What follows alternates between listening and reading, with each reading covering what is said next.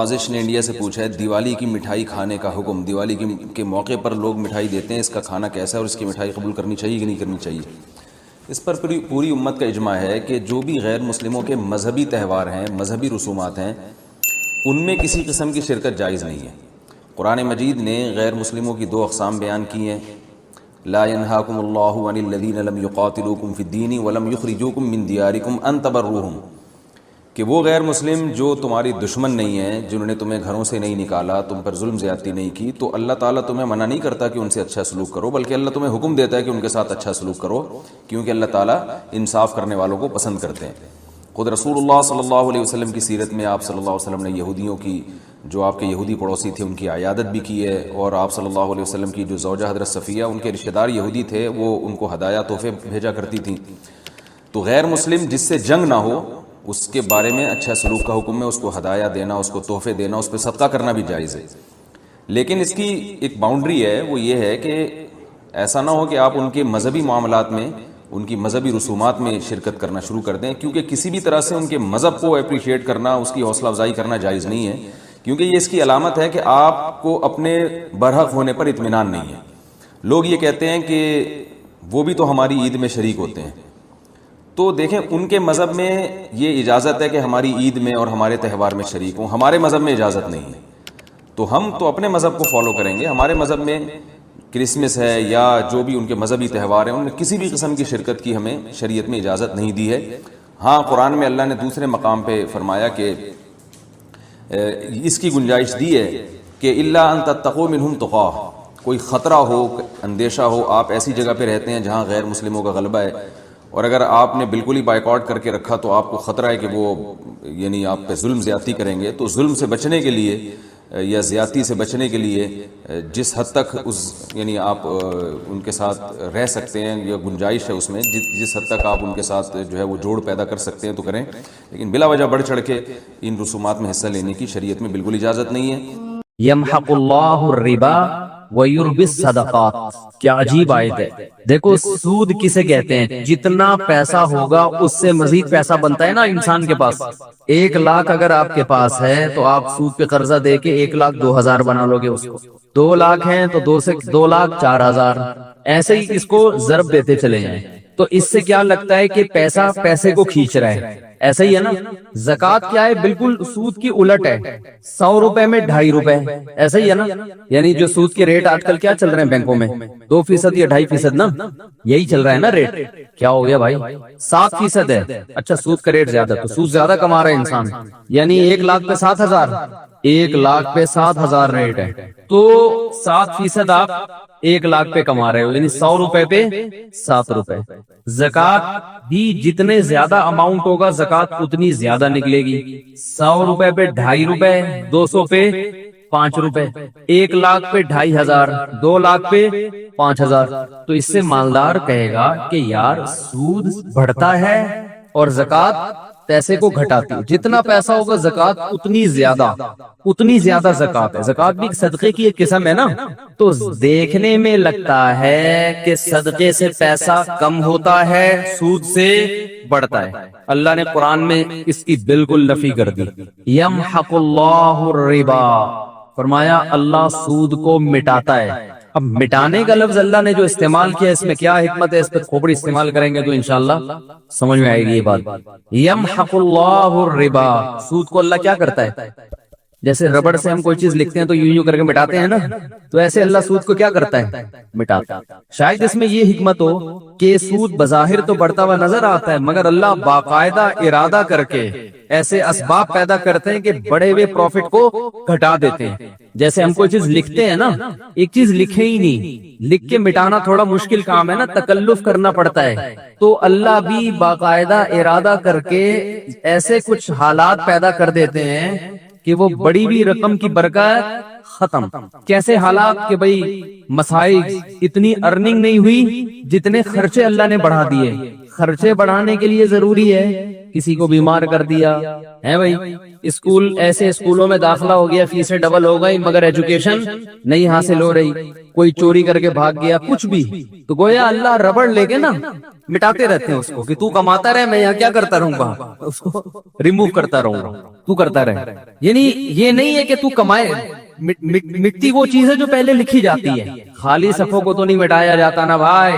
تو اس میں اللہ بتا رہے ہیں سود کا پروفٹ حاصل ہوگا پھر مٹے گا، ہونے کو نہ دیکھو۔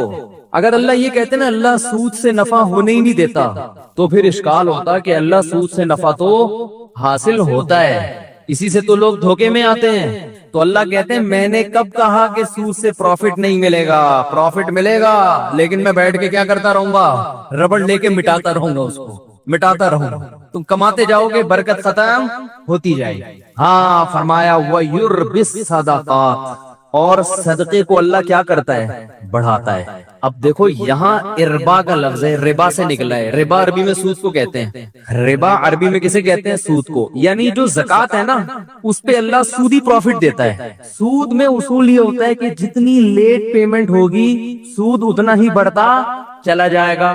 تو اللہ نے یہ نہیں کہا کہ میں صدقے کو بڑھاتا ہوں، بلکہ ایسے بڑھاتا ہوں جیسے سود بڑھتا ہے۔ یعنی حقیقت میں بڑھوتری کس کی ہوتی ہے، صدقے کی۔ کیا مطلب، اس کو دوسرے مقام پہ اللہ نے قرآن میں یوں بتایا کہ جو لوگ اللہ کی راہ میں اپنا مال خرچ کرتے ہیں کمثل حبۃ انبتت سبع سنابل، جیسے ایک دانہ زمین میں بویا جاتا ہے اور اس سے 7 کونپلیں پیدا ہوتی ہیں، اور ہر کونپل میں 100 دانے، جیسے ایک دانہ ایسے ملٹی پلائی ہوتا چلا جاتا ہے نا، اس طرح سے صدقہ کیا ہوتا چلا جاتا ہے، ملٹی پلائی۔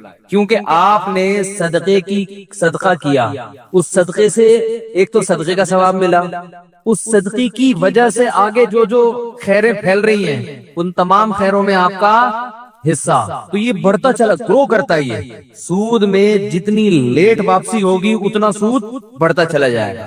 تو صدقہ بھی اس حساب سے کیا ہوتا ہے، بڑھتا چلا جاتا ہے، بڑھتا چلا جاتا ہے، اور جہاں جہاں وہ اس سے خیر پھیلے گی وہ تمام خیروں میں آپ کا حصہ ہوتا چلا جائے۔ تو اس لیے سخی بنو بھائی، یہ جو ہر وقت گنتے رہنا نا بیٹھ کے اتنے پیسے ہو گئے، اتنے یہ ہو گئے، اتنے ہو گئے، آج کل یہی چل رہا ہے مارکیٹ۔ تھوڑا سا دل بڑا رکھو، کبھی کبھار بڑا اماؤنٹ بھی صدقہ کر دیا، یہ اٹھایا، یہ گڈی، یہ سمجھ رہے ہو، دوبارہ کر کے دکھاؤں، بتانے سے یہ چیزیں سمجھ میں نہیں آتی، کر کے دکھاؤں۔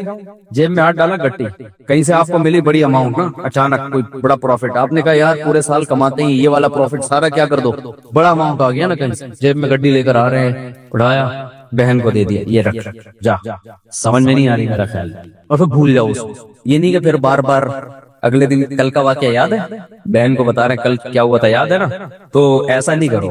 ایسے نکالا، نبی صلی اللہ علیہ وسلم نے امی عائشہ کو کیا فرمایا، لا تو کی فیوکا علیک، روکو مت، اللہ بھی روک دے گا، ٹھیک ہے نا۔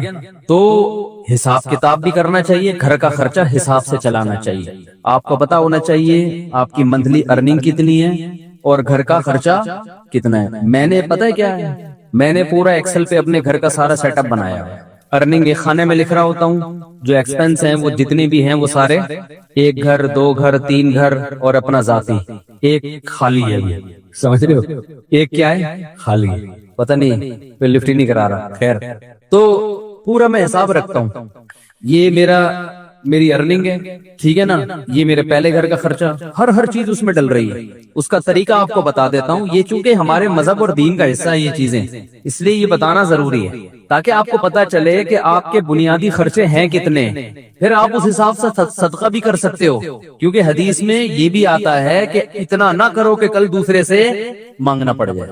آج گڈی نکال کے دے دی، ٹھیک ہے نا، اگلے دن گھر میں آٹے کے پیسے نہیں ہیں، پھر وہ گڈی اس سے مانگ رہے ہیں، یار اس میں سے آدھی مجھے دے دو بھائی، صحیح ہے۔ لکھنے کا فائدہ کیا ہوتا ہے خوب سمجھیں، حکیم الامہ مولانا اشرف علی تھانوی رحمہ اللہ نے تو یہاں تک لکھا ہے، خواتین کو ترغیب دی ہے کہ جب بھی گھر میں کھانا بناؤ لکھو اتنے افراد کے لیے اتنے چاول، آج 4 مگے ڈالیں 10 آدمیوں نے کھایا ہے یا 5 آدمیوں نے کھایا ہے، اس کا مطلب 2 آدمیوں کے لیے کتنے ہیں، 2 مگے، تاکہ کھانا ضائع نہ ہو اور شوہر کی پتلون ڈھیلی نہ ہو، ورنہ وہ کھلا ہو تو بن رہا ہے، پھر شام کو پھک رہا ہے، اور وہ میاں صاحب بیچارے کما کما کے آدھے ہو گئے. سگھڑ خواتین انہی کو تو کہتے ہیں جو ونس اپون اے ٹائم ہوا کرتی تھی کہ وہ پورا گھر کیسے لے کے چلتی ہیں. اصل میں ہوتا یہ کہ جب لوگ سخاوت پہ بیان سنتے ہیں تو کہتے ہیں حساب و کتاب نہیں کرنا چاہیے, بس کھلاؤ پلاؤ جو آ رہا ہے یہ بس, یہ سخاوت نہیں ہے. اور کچھ ایسے کنجوس ہوتے ہیں کہ وہ سارا دن کیلکولیشن میں لگے رہتے ہیں بھائی, تو حالانکہ بنتے 4 روپے تھے, ٹھیک ہے نا. تو وہ میں اس میں ایک اصولی بات بتاتا ہوں کیسے چلنا چاہیے. اب بات تو چل پڑی ہے, یہ بھی سورہ قلم ہی کا حصہ ہے نا, اللہ نے سخاوت کو بیان کیا. تو حکیم الامہ نے کیا لکھا ہے, خواتین کو چاہیے گھر میں ایک ایک چیز کا حساب لکھیں جو کھانا پکاتی ہیں. وہ تو یہ حساب لکھیں گی نا بھائی, جیسے بریانی بنانی ہے بھائی اتنے چاول میں اتنے کلو گوشت ڈلتا ہے, اس دن اتنا ڈالا تھا تو چاول کیا بنے تھے مزیدار, اب ایسا نہ اس سے زیادہ ڈال دیں یا اس سے کم. تو ہر چیز میں لکھنے کا حساب, ہر وقت اپنے پاس ایک ڈائری. اب تو موبائلوں میں بھی لوگ لکھنا شروع کر دیتے ہیں. میری دیکھو میرے موبائل میں نے ایک ڈائری بنائی ہوئی, ابھی آپ کو دکھاتا ہوں کیا لکھا ہوا ہے اس میں نے. یہ نوٹ, ابراہیم کو 100 روپے دیے. میرا چھوٹا بیٹا ابراہیم ہے نا, سائیکل خراب ہو گئی تھی, میں نے اس کو 100 روپے پکڑا دیے سائیکل ٹھیک کرنے کے لیے, اس میں ڈال دیے میں نے. کیوں ڈالے, خوب 100 روپے کی ویلیو الحمدللہ میری نظر میں نہیں ہے. وجہ اس کی ہے مجھے حساب دے, وہ وجہ اس کی کیا ہے, حساب کیوں مانگوں گا میں, ابھی سے عادت پڑے پیسے واپس کرنے کی. نہیں یار یہ بات بھائی 100 روپے کا کیا مسئلہ ہے, 4000 کی سائیکل دلا سکتا ہوں میں اس کو, ٹھیک ہے نا. تو 100 روپے کا حساب رکھنا کیوں ضروری ہے. ممکن ہے کوئی دیکھے تو بولے یار مفتی صاحب کتنے کنجوس ہیں, بچوں سے 100 روپے کا حساب بھی انہوں نے رکھا ہوا. یہ کیوں رکھا ہے کہ میں یہ دیکھوں گا کہ اس کو میں نے 100 روپے دیے, یہ جو پیسے بچے واپس کرنا بھولتا ہے یا نہیں بھولتا. اگر بھولتا ہے تو میں پکڑوں گا. کیا آپ کو جب میں نے پیسے دیے تھے تو آپ نے واپس کیوں نہیں, ابھی سے نہیں پکڑا تو کل یہ لاکھوں لاکھ روپے بھی دینا بھول جائے گا. نہیں یاری بات, کل یہ بحریہ ٹاؤن میں ممکن ہے پلاٹ خریدے 1 کروڑ کا کسی بندے سے. ممکن تو بھائی بہت کچھ ہو سکتا ہے نا, وزیر اعظم بھی بن سکتا ہے. اور پھر جب وزیر اعظم بنا اور لوگوں نے کہا آپ نے تو کہا تھا غربت کا خاتمہ کریں گے, کہیں گے سوری میں کیا ہوا بھول گیا تھا غربت کا خاتمہ کرنا. آپ نے کہا تھا کراچی میں گندگی کا ڈھیر ہٹوائیں گے آپ, اس لیے آپ کراچی والوں نے آپ کو ووٹ دیا. ارے یار میرے ذہن سے نکل گیا, ٹھیک ہے نہیں یاری بات. تو اس کا تعلق صرف بچے کی کس سے ہے, تربیت سے. ہمارے ذمہ تربیت کی کوشش ہے, نہ بنے تو اللہ کی مرضی, سمجھ رہے ہو. تو بچوں کو نا پیسے دے کے بگاڑنا نہیں چاہیے, ان میں عادت خراب ہوتی ہے. پیسے دینے تو وہ دیں, جیب خرچی ان کی باندھیں تاکہ وہ اپنی مرضی سے کھائیں, تو وہ جیب خرچی کا سیٹ اپ الگ ہے, وہ ہم ہر جمعے کو بچوں میں جیب خرچی بانٹتے ہیں. لیکن معاملات میں ان کو 2 نمبری کی اجازت نہیں. میں نے لکھا بھائی ابراہیم کو 100 روپے دیے, اب میں یہ نوٹ کروں گا کہ یہ 100 روپے کا مجھے حساب دیتا ہے یا بھول جاتا ہے. ابھی لکھنے کی کیا ضرورت ہے, دماغ میں کیوں نہیں رکھا بھائی. دماغ کو مفید کاموں کے لیے رکھو, 100-50 روپے کے لیے دماغ کو فالتو میں مت کھپاؤ بھائی. یہ چیز اگر یہاں نہ ہوتی, دماغ میں ہوتی, تو دماغ اور کسی کام کا ہوتا. یہ بیان کرتا میں یہاں بیٹھ کے, ہر وقت دماغ میں یہ یاد رکھنا, اس کو 100 روپے دیے, اس کو 50 روپے دیے, اس کو 1 لاکھ روپے دیے, اس کو یہ دماغ میں. دماغ سے چیز اٹھا کے کہاں لے کے جاؤ, ڈائری میں. حضرت حکیم الامہ مولانا اشرف علی تھانوی رحمہ اللہ تعالی, یہ مجدد تھے اپنے دور کے, ایسے خاندانی آدمی تھے. یہ ذکر کرتے ہوئے جا رہے تھے, ان کا معمول تھا فجر کے بعد ذکر کرنے کا, تو چہل قدمی بھی کرتے تھے تاکہ واکنگ ہو جائے فجر کے بعد, اور ذکر بھی.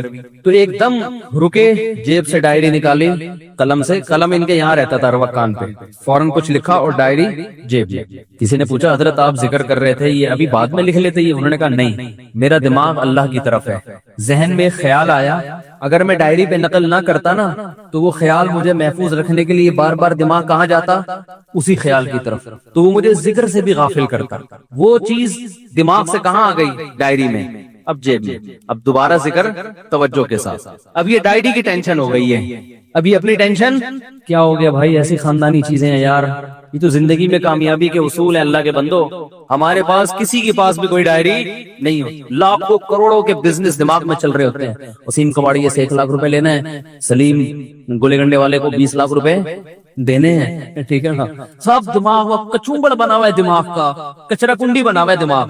کچرا کنڈی بنا ہوا ہے کہ نہیں بنا ہوا, اتنی فکریں ہیں, کیا کیا کھوپڑا ہے, یہ کیا ہے, اس کو یہ کرنا ہے, اسے یہ کرنا, پھر بھول گیا, پھر بھول گیا, 2 باتوں بھول, ہر چیز بھول رہے. تو مجھے کہتے ہیں بیان کے دوران بھول جاتے ہیں کیا ٹاپک چل رہا تھا. تو آپ جو چیزیں بھول رہے ہیں نا وہ زیادہ خطرناک ہے.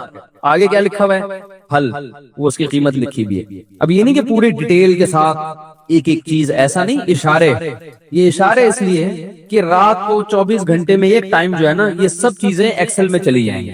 کہاں چلی جائیں گی؟ سب جو یاداشتیں ہیں، جیسے 100 روپے تو نہیں جائیں گے، یہ تو ایک یاداشت ہے نا کہ اس نے حساب دیا کہ یہ ادھر ہی رہے گا. باقی جتنے خرچے آج ہوئے وہ سارے کہاں چلے جائیں گے؟ وہ آفس کا جو سافٹ ویئر آتا ہے نا خرچوں کا، 1 گھر 2 3 4 جو بھی ہیں اللہ توفیق دے، تو وہ سب اس میں ڈال دیے. اس سے کیا ہوتا ہے بھائی؟ بدگمانی سے انسان بچتا ہے. علماء کہتے ہیں کہ بدگمانی کا موقع فراہم، بولو بھائی مت کرو. کیسے؟ ہم جب حضرت کے پاس گئے نا، حضرت مفتی رشید احمد صاحب کے پاس، تو حضرت فرمایا کرتے تھے رات کو جو پیسے ہیں نا آپ کے، وہ لاکر میں رکھیں. کسی طالب علم کو بٹوا نکال کے اپنے سرہانے پہ رکھنے کی اجازت نہیں ہے. کیوں؟ اگر چوری ہو گیا یا گم گیا، شبہ ہوگا ساتھ والے پر، شیطان کو موقع مل جائے گا اپنے ساتھی کے خلاف بدگمان کرنے کا. حالانکہ عین ممکن ہے ساتھ والے نے چوری نہ کیا ہو، باہر سے کوئی چور آ جاؤ، کوئی بندہ آیا ہو لے کے چلا گیا ہو، لیکن یہ وضاحتیں کون کرتا پھرے گا بعد میں؟ فوراً دماغ میں کیا آئے گا؟ اس نے کیا ہے. یہ بھی ممکن ہے اس نے کیا بھی ہو. تو فرمایا کرتے تھے کہ بدگمانی کے مواقع سے بچنا ضروری. تو لکھنے کا فائدہ یہ ہوتا ہے کہ ایک تو بدگمانی سے انسان بچتا ہے. سمجھ رہے ہو؟ آپ کی بیگم نے کوئی سوٹ خریدا 5000 روپے کا، ہمارا تو میرا اپنا حساب ایسا، میں دماغ میں کچھ رکھتا ہی نہیں ہوں. مجھے تو پتہ ہی نہیں ہوتا کہ ابھی خریدا تھا تو کل خریدا تھا کہ نہیں خریدا تھا. ساری چیزیں کہاں جا رہی ہیں؟ لیپ ٹاپ. تو اب اگر کبھی اختلاف ہوگا تو کل لیا تھا پرسوں لیا تھا، تو لیپ ٹاپ سے پوچھ کے بتاتا ہوں میں. ٹھیک ہے نا؟ کس سے پوچھ کے بتاتا ہوں؟ لیپ ٹاپ بتائے گا کہ پچھلی عید پہ کتنا خرچہ ہوا تھا، اس عید پہ. ایک چیز تمیز سے لے آئے نا ہر چیز. بھائی عید پہ اتنے، اب میری لوگ کہتے ہیں نا اتنے گھر کیسے چلا رہے ہو؟ جیسے کمپنی چلتی ہے نا، ہم ایسے چلا رہے ہیں. کمپنی کا ایک نظام ہوتا ہے نا، سسٹم ہوتا ہے. مجھے عید پہ شاپنگ میرے لیے سب سے آسان ہے، آپ لوگ کے لیے ایک گھر کے لیے مشکل ہوگی، کیونکہ مجھے پتا ہے پچھلی دفعہ عید پہ کتنے خرچ ہوئے تھے. وہ حساب نکالو، اس دفعہ تھوڑا بہت زیادہ ملا کے پیسے بانٹ دو، ختم. چلو ہماری وجہ سے، ٹھیک ہے نا؟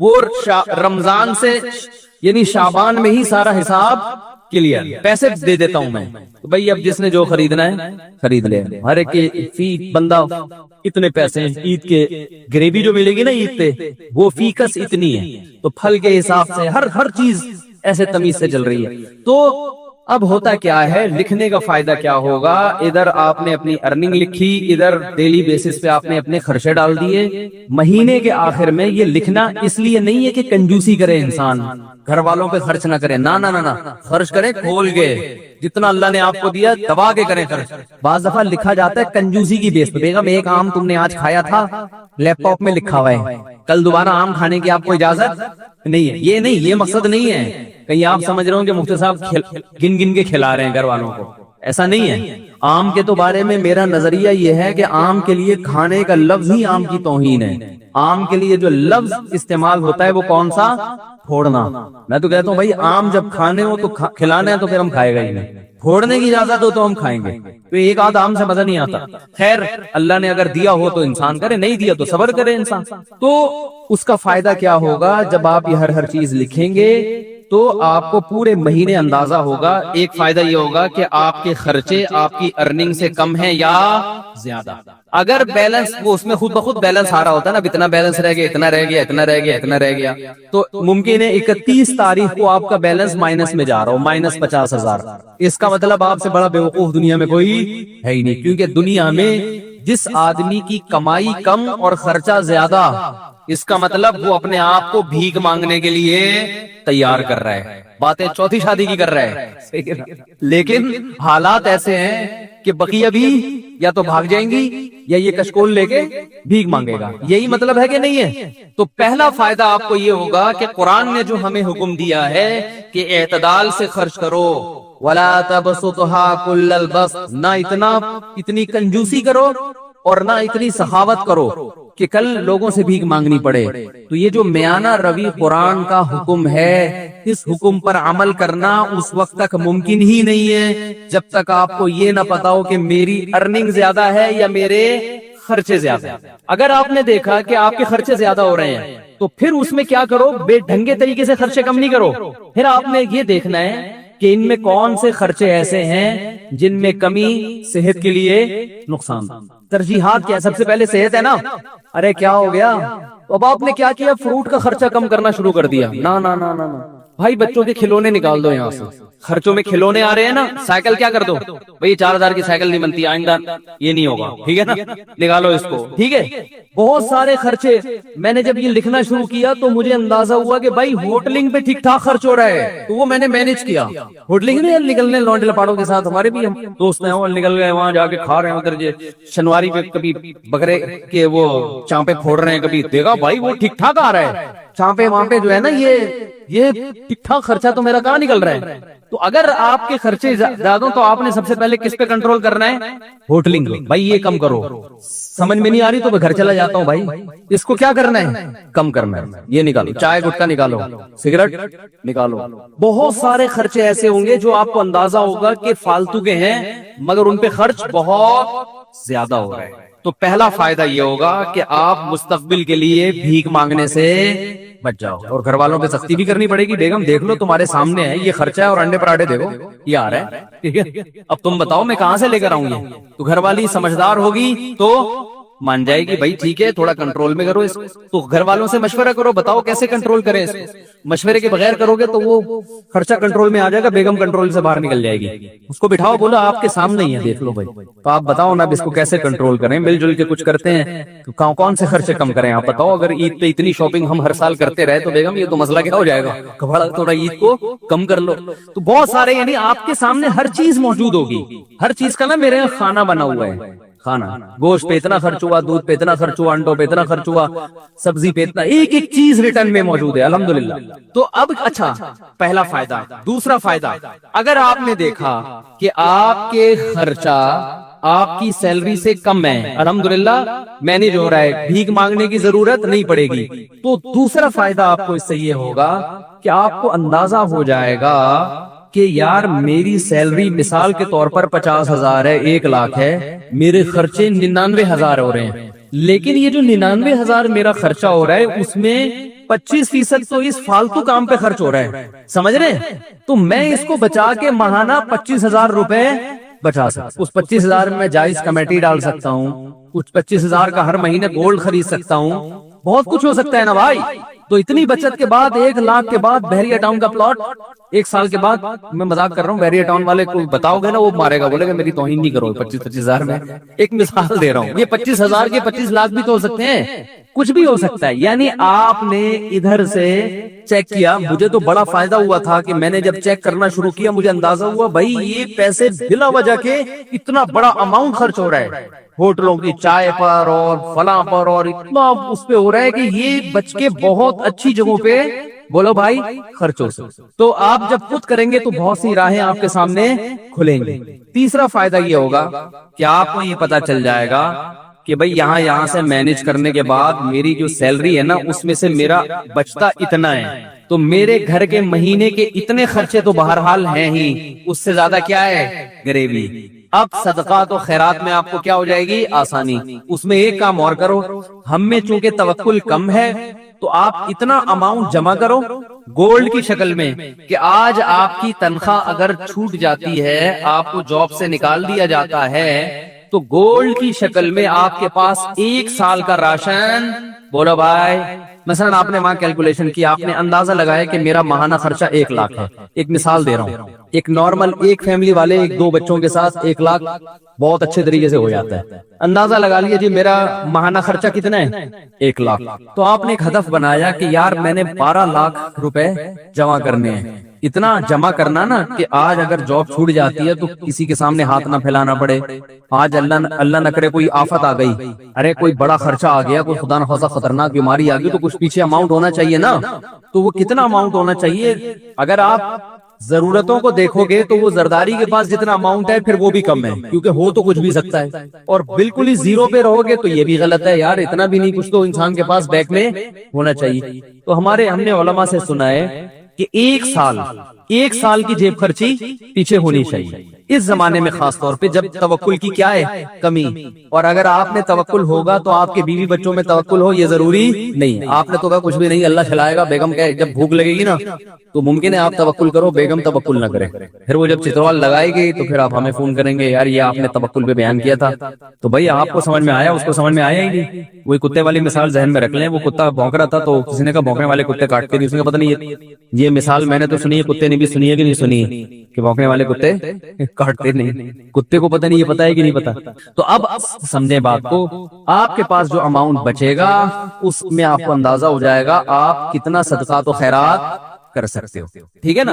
اچھا آپ نے ایک سال کا جس کی 1 لاکھ روپے ماہانہ خرچہ ہے نا وہ 12 لاکھ جمع کر لے. اور 12 لاکھ کیش کی شکل میں نہیں، گولڈ کی شکل میں، کیونکہ وہ کیش تو ایسے دڑام سے گرتا ہے، وہ تو ڈی ویلیو ہو رہا ہے نا. گولڈ لے کے رکھ لے، لاکر میں ڈال دیا کہ بھائی یہ بس رکھ دیا میں نے. اس سے دماغ کیا ہو جائے گا بے فکر. کبھی شیطان ڈرائے کہ ابے یہ ہو گیا تو کیا ہوگا، یہ ہو گیا، بولے ہمیں لاکر میں 12 لاکھ کا گولڈ پڑا ہوا ہے اور وہ گولڈ کی ویلیو بھی کیا ہو رہی ہے، بڑھ رہی ہے. یا پلاٹ بھی لے سکتے ہیں، لیکن پلاٹ میں پھر 10 ٹینشن ہیں. اس میں یہ خطرہ ہوتا ہے، پلاٹ ویسے 12 لاکھ کا آتا بھی نہیں ہے، لیکن ایک خطرہ بھی ہوتا ہے نا کہ پتہ نہیں وہ اور ڈی ویلیو نہ ہو جائے. گولڈ ایک ایسی چیز ہے کہ ماہرین یہ کہتے ہیں یہ بہت بڑھتا نہیں ہے تو گرتا بھی نہیں ہے. سمجھ رہے ہیں؟ ایسا نہیں ہوتا کہ 1 لاکھ کا گولڈ 50,000 روپے آ جائے، ایسا آج تک ایسا ہوا نہیں ہے. تو ہوا بھی ہے تو 2 دن کے بعد پھر اوپر چڑھ جائے گا.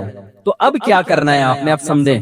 اچھا جب یہ 12 لاکھ کا گولڈ آپ جمع کر رہے تھے، یہ میں ایک اس آدمی کی بات کر رہا ہوں جس کا خرچہ 1 لاکھ ہے، جس کا 4 لاکھ ہے، پھر وہ 12 لاکھ نہیں، وہ پھر اسی حساب سے. یہ ہر آدمی کے لیے الگ الگ ہے. تو اب آپ نے جب وہ لاکر میں جمع کر دیا، اس جمع کرنے کے دوران بھی ہر مہینے کچھ نہ کچھ صدقہ کرنا ہے. یہ نہیں کہ 10 سال گولڈ جمع کرنے میں لگ گئے تو اس دوران آپ نے کبھی کوئی صدقہ کیا ہی نہیں ہے. لیکن وہ صدقہ تھوڑا تھوڑا ہوگا کیونکہ ابھی آپ خود اسٹیبل نہیں ہوئے نا.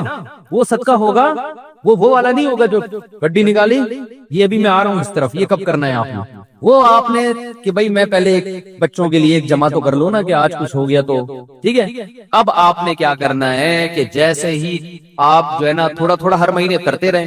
جب یہ بھی آپ کے پاس 1 سال کا گولڈ جمع ہو گیا، اب آپ کو اندازہ ہو گیا بھائی میرا ماہانہ خرچہ اتنا ہے، ارننگ اتنی ہے. اب جو ارننگ سے زائد ہے وہ مجھے کلی اختیار ہے، جو مرضی کروں گا اس میں. کبھی وہ جتنی بچت ہے، کبھی بچوں کو گھما کے لے آؤ، اس میں مری کی سیر کرا کے لے آؤ، کبھی کیا کیا سارا اٹھا کے کسی غریب کو دے دیا.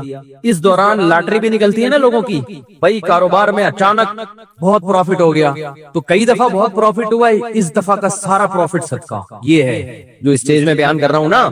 بھائی قدر کر لو ان باتوں کی، بہت مشکل سے بہت زندگی گزرتی ہے، پھر آدمی یہ باتیں سیکھتا ہے. پھر جیسے آپ کے پروفٹ میں چھکے لگے تو صدقے میں بھی ایسے چھکے لگنے چاہیے. سمجھ رہے ہو؟ پروفٹ میں چھکے لگتے ہیں نا تاجروں کے. یا کبھی بونس مل گیا، بونس تو ایک تو سالانہ بونس متعین ہوتا ہے، کبھی کبھار باس ویسے ہی خوش ہو کے گریوی میں دے دیتا ہے، یہ لے بھائی لے جا. پھر ایسی گریویوں میں کبھی خود کھا لیا، کبھی ساری گریوی اٹھا کے کس کو دے دی، غریبوں میں بانٹ دی، ہدیہ دے دیا کسی کو، کسی غریب کو دے دیا، بہن کو دے دیا، بھائی کو دے دیا. ہمارے ہاں صدقے کے ساتھ جو ظلم ہو رہا ہے نا، دنیا میں کسی کے ساتھ اتنا ظلم کسی چیز کے ساتھ نہیں. ہر چیز میں چھکے لگاتے ہیں ہم. جتنا پروفٹ تھا بیٹے کے ولیمے پہ اڑا دیا، کرتے ہیں نا لوگ. جتنی کمائی تھی آدھی کمائی بیٹی کے جہیز پہ اڑا دی. ہوتا ہے کہ نہیں ہوتا؟ جتنی کمائی تھی ساری ایک انویسٹ مزاربہ پہ لگا دی، جو اسکینڈل چلا تھا. اس قسم کے چھکے تو ہم مار رہے ہیں بہت. ایسا چھکا سامنے نہیں آتا کہ جتنی ارننگ ہوئی اٹھا کے ساری کس کو دے دی، غریب کو دے دی. یہ بہت کم ہوتا ہے. صحابہ میں یہ ہوتا تھا.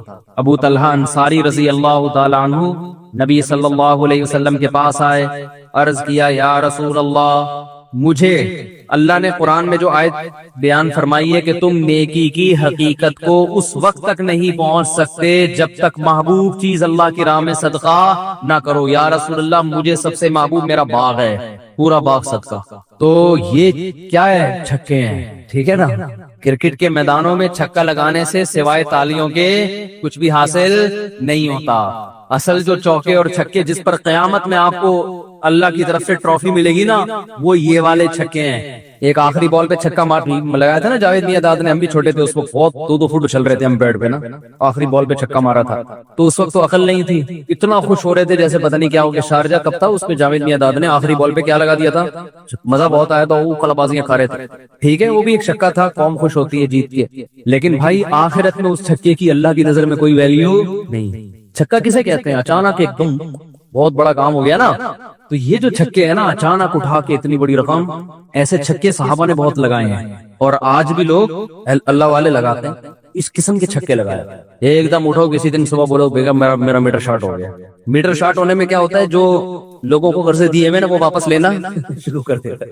میٹر بھی اس طرح کا شارٹ, ایسا میٹر شارٹ نہیں ہو رہا کہ آج میرا میٹر شارٹ ہے بس دائیں ہاتھ سے دوں گا بائیں کو بھی پتا نہیں چلے گا, اور اتنا اٹھا. عرب کرتے ہیں آج بھی ایسے, ہمارے جو رشتہ دار سعودیہ میں رہے وہ کہتے ہیں ہم نے عربوں کو دیکھا ہے ایسے نوٹوں کی گڈی جیب میں ہوگی ریالوں کی, وہ ہیں بھی ریال بھی ہیں, ریال تو ویسے ہی مہنگا ہوتا ہے. کہ کوئی فقیر آیا وہ تو کچھ زیادہ ہی مبالغہ کرتے ہیں, یہ تحقیق بھی نہیں کرتے کہ یہ جو ہے مستحق بھی ہے یا نہیں. ایسے گڈی اٹھائی ایسے پکڑا دی, گنی نہیں رہے جیب میں کتنے. ایسے بہت عربوں کے آج بھی واقعات ہیں, بہت سخاوت ہے. تو آپ ان لوگوں کو بھول جائیں گے عربوں کی سخاوت. اگر پتہ نہیں یہ جو کہتے ہیں نا لوگ وہ مائکروسافٹ کا وہ کون ہے, اس نے اتنے بل گیٹس نے یہ اسپتال بنا دیے, یہ جتنا پیسہ عربوں کے پاس ہے اس حساب سے جو ان میں سخاوت ہے اس کا آج بھی کوئی مقابلہ نہیں کر سکتا. اور ان کے سارے سخی ہائی لائٹ نہیں ہوتے, چھپا کے بہت کرتے ہیں. وہ جتنا دکھا کے کرتے ہیں اس سے زیادہ چھپا کے کرتے ہیں. جو عرب کے اصل کلچر میں رہا ہے نا, جو اصل عربوں میں, وہ عربوں کی تعریف کرتا ہے. جو اصل عربوں میں, ایک تو یہ جو نظر آتے ہیں نا یہ بہت سے ان میں اصل ہیں بھی نہیں. یتیم ہونا, کوئی یتیم ہو جائے اس کو کھلا کھلا کے بگاڑ دیتے ہیں. یتیم ہو جائے نا کوئی اس کلچر میں تو ہر آدمی چاہتا ہے میں اس پہ اتنا خرچ کرتے ہیں, شو روم سے نئی نئی گاڑیاں خرید کے اس کو دے دیتے ہیں, وہ بگڑ جاتا ہے. ایسی سخاوت ہے. ہمارے یہاں یتیم بیچارہ کیسے دھکے کھاتا ہے. ہمارے ہاں سب سے بڑا سخی وہ ہے, گاڑی جا رہی ہے وائپر پہ کسی نے صاف کر دیا تو 5 روپے اس کو پکڑا, یہ سمجھا جاتا ہے.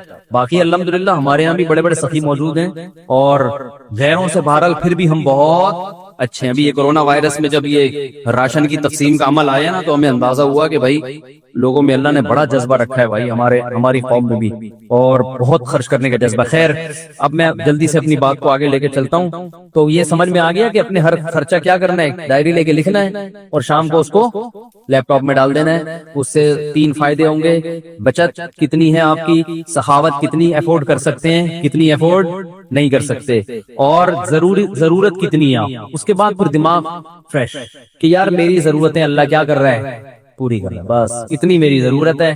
آگے جتنا آ رہا ہے وہ غریبی ہے, تو غریبی تو کبھی کھا لیتا ہے کبھی کھلا دیتا ہے انسان. اس طرح سے ہنسی خوشی زندگی آپ کی انشاءاللہ گزرے گی. پھر بھی ہنسی خوشی زندگی نہیں گزر رہی تو وہ پھر لیپ ٹاپ کا فالٹ نہیں ہے, وہ آپ کا ادھر کا فالٹ. جب مینٹل فالٹ ہوتا ہے نا پھر وہ انسان کو پھر وہ حکیم صاحب جو کیڑوں والی دوا نہیں کھلایا کرتے تھے ہر ایک کو, پھر اس دوا کی ضرورت ہے. تو پھر بھی پھندے کے خیالات آ رہے ہیں, لٹکنے کے خیالات آ رہے ہیں, تو اس کا مطلب. اور یاد رکھو بہت سے ایسے لوگ ہوں گے جن کا 1 لاکھ نہیں ہوگا 1 کروڑ روپے ہوگا, بہت سے ایسے بھی ہیں جن کا ماہانہ خرچہ 5000 روپے ہوگا. تو ہر طرح کے لوگ ہیں نا دنیا میں, تو 5000 والے بھی ہیں, 10,000 والے بھی ہیں. تو ہر آدمی کا حساب ضرور لکھے, اسے پتا ہو کہ میں مائنس میں جا رہا ہوں, پلس میں جا رہا ہوں, مائنس میں جا رہا ہوں, تو اس کو کم کیسے کرنا ہے. دیکھو قرآن میں نا بڑے علمی نکات ہیں. قرآن کہہ رہا ہے یعتذرون الیکم اذا رجعتم الیہم لترضوا عنہم. قرآن کہہ لترضوا عنہم ہے لترضوا عنہم, کوئی حافظ نہیں بیٹھا, لترضوا عنہم فإن ترضوا عنہم فإن اللہ لا يرضى عن القوم الفاسقین. اے نبی جب آپ غزوہ تبوک سے واپس پہنچیں گے تو یہ جھوٹی قسمیں اٹھائیں گے تاکہ آپ ان سے راضی ہو جائیں, خوش ہو جائیں. اگر آپ خوش ہو بھی گئے اللہ پھر بھی خوش بولو نہیں ہوگا.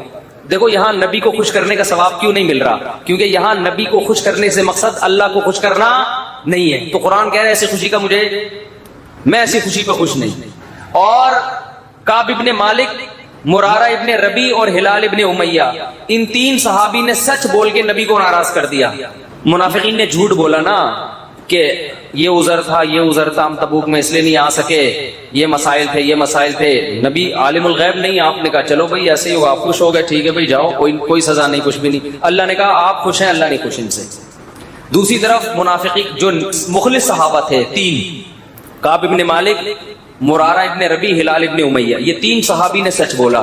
یا رسول اللہ کوئی عذر نہیں تھا, بس ہم سستی کی وجہ سے پیچھے رہے, کوئی عذر نہیں, جانا چاہیے تھا, ہم پہ فرض تھا, لیکن باغ پک چکے تھے, سب کچھ تیار تھا پھر بھی نہیں گئے, کوئی عذر نہیں ہے. سچ بولا نا, نبی غضبناک ہو گئے.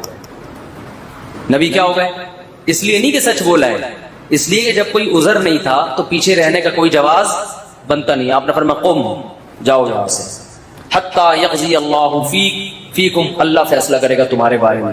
40-50 دن بائیکاٹ ہوا, یہاں تک کہ صحابی کہتے ہیں نبی نے سلام تک کا جواب نہیں دیتے. کیا گزری صحابہ پر, مگر قرآن کہہ رہے ہیں میں کیا تھا ان سے, بولو, راضی تھا, کیونکہ مجھے خوش کرنے کے لیے انہوں نے سچ بولا. تو پھر اللہ نے پیغمبر کو بھی راضی کر لیا بعد میں, اور اتنا خوش ہو گئے پیغمبر, فرمایا اللہ نے تمہاری تو. اچھا اور سنیں, اسلام کے عقیدے بتا رہا ہوں کتنے واضح ہیں کہ ہم اسلام کو فالو کسی مدرسے کی کسی بندے کی وجہ سے نہیں کرتے. اور یہ بھی بتا دوں, اس ایک بندے کی وجہ سے مدرسوں کو بدنام کرنا کہ مدرسے ایسے ہوتے ہیں, یوں ایسے ہوتے ہیں, یہ بھی وہی زیادتی ہے جس کا میں نے بھی تذکرہ کیا. جب حضرت کعب ابن مالک کی توبہ قبول ہوئی تو ان کو خوشخبری پہنچی, وہ نبی کے پاس آئے. آپ صلی اللہ علیہ وسلم کا چہرہ حدیث میں آتا ہے استنار وجہہ کأن وجہہ قطعۃ القمر, ایسے چمک رہا تھا جیسے 14ویں کا چاند. آپ نے کیا فرمایا, ابشر بخیر یوم مر علیک منذ ولدتک امک, اے کعب اس دن کی خوشخبری قبول کرو کہ جس دن سے تمہاری ماں نے تمہیں جنا ہے, آج تک ایسا خوشی کا دن تمہاری زندگی میں نہیں آیا, اس دن کی مبارکباد ہو تمہیں. حضرت کعب مالک نے کیا کہا, امن کا ام من عند اللہ, یہ خوشخبری آپ کی طرف سے یا اللہ کی طرف سے؟ نہیں آ رہی بات.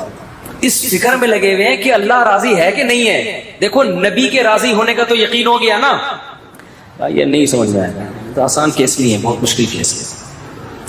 ارے جب نبی کا چہرہ 14ویں رات کی طرح چمکتا ہوا دیکھ لیا, نبی مبارکباد بھی دے رہے ہیں کہ خوشخبری ہو اور سب معاف, بس اب میں راضی, اب میں خوش, تو کعب ابن مالک کو فکر کیا لگی ہوئی ہے, نہ یا رسول اللہ ذرا کلیئر کریں بات, صاف بتائیں یہ خوشخبری اللہ کی طرف سے ہے یا نہیں, اللہ بھی راضی ہوا ہے کہ نہیں ہوا؟ فرمایا لا بل من عند اللہ, نہ میری طرف سے نہیں, کس کی طرف سے؟ اللہ. میں بھی اس لیے خوش ہوں کہ اللہ خوش ہے, اللہ نے معاف کر دیا ہے, اس لیے میں بھی خوش ہوں. پھر کعب ابن مالک خوش ہوئے. تو بھائی اسلام میں اصل کون ہے؟ اللہ. تبھی علماء کہتے ہیں کسی سے تنہائیوں میں گناہ ہوا ہو بالفرض, اللہ نہ کرے, اور اس نے توبہ کر لی, پھر لوگوں کو پتہ چل گیا, لوگ تانے دے رہے بے تو ویسا تھا, ان تانوں کی پرواہ بولو مت, بولے نہ تمہارا جرم کیا اور نہ ہمیں تم سے معافی مانگنے کی ضرورت, جس سے کیا وہ جانتا ہے. لوگوں کو لفٹ کرایا کرو زیادہ, کیونکہ لوگ اس چیز کو مسلط کر لیتے ہیں. ہمارے حضرت کے پاس ایک بندے کا فون آیا لندن سے, کہتا ہے یار میں نے گناہ کیا تھا, پکڑا گیا, کہہ رہے میں نے توبہ کر لی, رو کے گڑ گڑا کے اتنی معافیاں مانگی کہ اللہ نے بھی دل میں سکون ڈال دیا کہ میں نے تجھے معاف کر دیا, کہ لیکن پبلک معاف کرنے کے لیے تیار نہیں. پبلک جب بھی گزر کرے ہے نا وہی, تو پبلک کا دل تو چھوٹا ہوتا ہے نا, پبلک کا دل کیا ہوتا ہے چھوٹا. تو ایسی صورت میں پبلک کو زیادہ لفٹ نہیں کرائے, بولے جاؤ تمہاری ایسی کی تیسی, ہم جانے اللہ جانے تو کون ہوتا ہے بھائی میرے کو. اور قرآن کے الفاظ دیکھو یار, وَمَن يَعْمَلْ سُوءًا أَوْ يَظْلِمْ نَفْسَهُ ثُمَّ يَسْتَغْفِرِ اللَّهَ يَجِدِ اللَّهَ غَفُورًا رَحِيمًا, ایسے وجد والی آیتیں ہیں.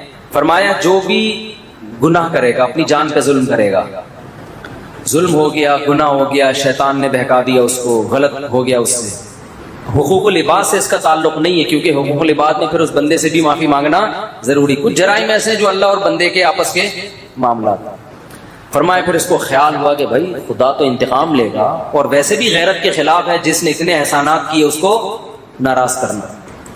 قرآن کہہ رہا ہے ثم یستغفر اللہ, پھر وہ اللہ سے کیا کرتا ہے؟ معافی. کیا عجیب الفاظ ہیں. اللہ نے یہ نہیں فرمایا غفارہ اللہ, اللہ اسے معاف کر دے گا, نہ یہ انداز نہیں ہے, یہ اللہ اس سے انتقام نہیں لے گا. فرمایا یجید اللہ غفور الرحیم, وہ اللہ کو پائے گا, وہ دیکھے گا کہ اللہ غفور بھی ہے اور رحیم, وہ دیکھے گا اپنی آنکھوں سے. یہ ایسے ہے جیسے ہم کسی کو دعوت دیں کہ آپ ہماری دعوت پہ آؤ, آپ پوچھتے ہیں کیا کیا ملے گا. ایک طریقہ ہوتا ہے آپ بتائیں بھائی بریانی کا انتظام بھی ہے, کباب بھی ہیں, اور اللہ بھلا کرے چکن کا بھی انتظام ہے, اور کڑھائی بھی ہے, 2-4 چیزیں اور بتا دی آپ نے, تو ذہن میں رکھ کر آئے گا ٹھیک ہے بھائی یہ چیزیں. ایک اسٹائل یہ ہوتا ہے وہ کہ بھائی کیا ملے گا, تو آپ اس کو بتائیں جب تم آؤ گے نا تو میری دعوت میں پہنچنے کے بعد تمہیں محسوس ہوگا کہ وسیم بھائی چھوٹے موٹے سیٹ نہیں ہیں. وسیم بھائی نے دعوت کی. یہ جی تم پالو گے یہ چیز, محسوس کرو گے کہ وسیم بھائی طبیعت کے تنگ, ایسا دسترخوان ہوگا, چھوڑو بریانی کباب, وہ غریبوں والی باتیں ہیں. کیا بریانی, مسالے والی بریانی, اور مفتی صاحب کے بیان سنتے رہتے الٹے الٹے, مسالے والی بریانی, چپلی کباب, کوئٹہ کی چائے. بھائی چھوڑو یہ باتیں, یہ تو کہیں کھانچے وانچے میں پڑی ہوئی ہوگی. یہ جی تم پاؤ گے, مجھے محسوس کرو گے کہ یہ چھوٹا موٹا سیٹ نہیں ہے. دسترخوان دیکھ کے اندازہ ہو جائے گا بھائی کوئی بہت بڑا آدمی ہے. قرآن کیا کہتا ہے, جو گناہ کرے گا اور توبہ کرے گا یجد اللہ غفور الرحیم. اللہ یہ نہیں فرما رہے کہ اس کو معاف کروں گا, اللہ فرماتے ہیں جیسے کوئی بندہ دعوت پر آئے تو آپ کہو بھائی تم پاؤ گے کہ میں چھوٹا موٹا سیٹ نہیں ہوں. ہاں میں اس پہ واقعہ سنا رہا تھا کہ حضرت مولانا طارق مل صاحب ایک دفعہ کویت کے شہزادوں نے ان کی دعوت کی, تو اب وہ کیا تصور دماغ میں لے کے گئے ہوں گے. فرماتے میں حیران ہو گیا, اونٹ کے بچے صحیح پورے روسٹ نہیں آئی سمجھ میں. آپ کو پتہ ہے اونٹ کے بچہ کسے کہتے ہیں؟ اونٹنی کے جو بچے ہوتے ہیں نا, وہ ذبح کر کے کھال اتار کے کنووں میں پورے روسٹ چاول بھر کے دسترخوان بھر کے. بکرے روسٹ تو سنے ہوں گے, اونٹ روسٹ نہیں سنے ہوں گے.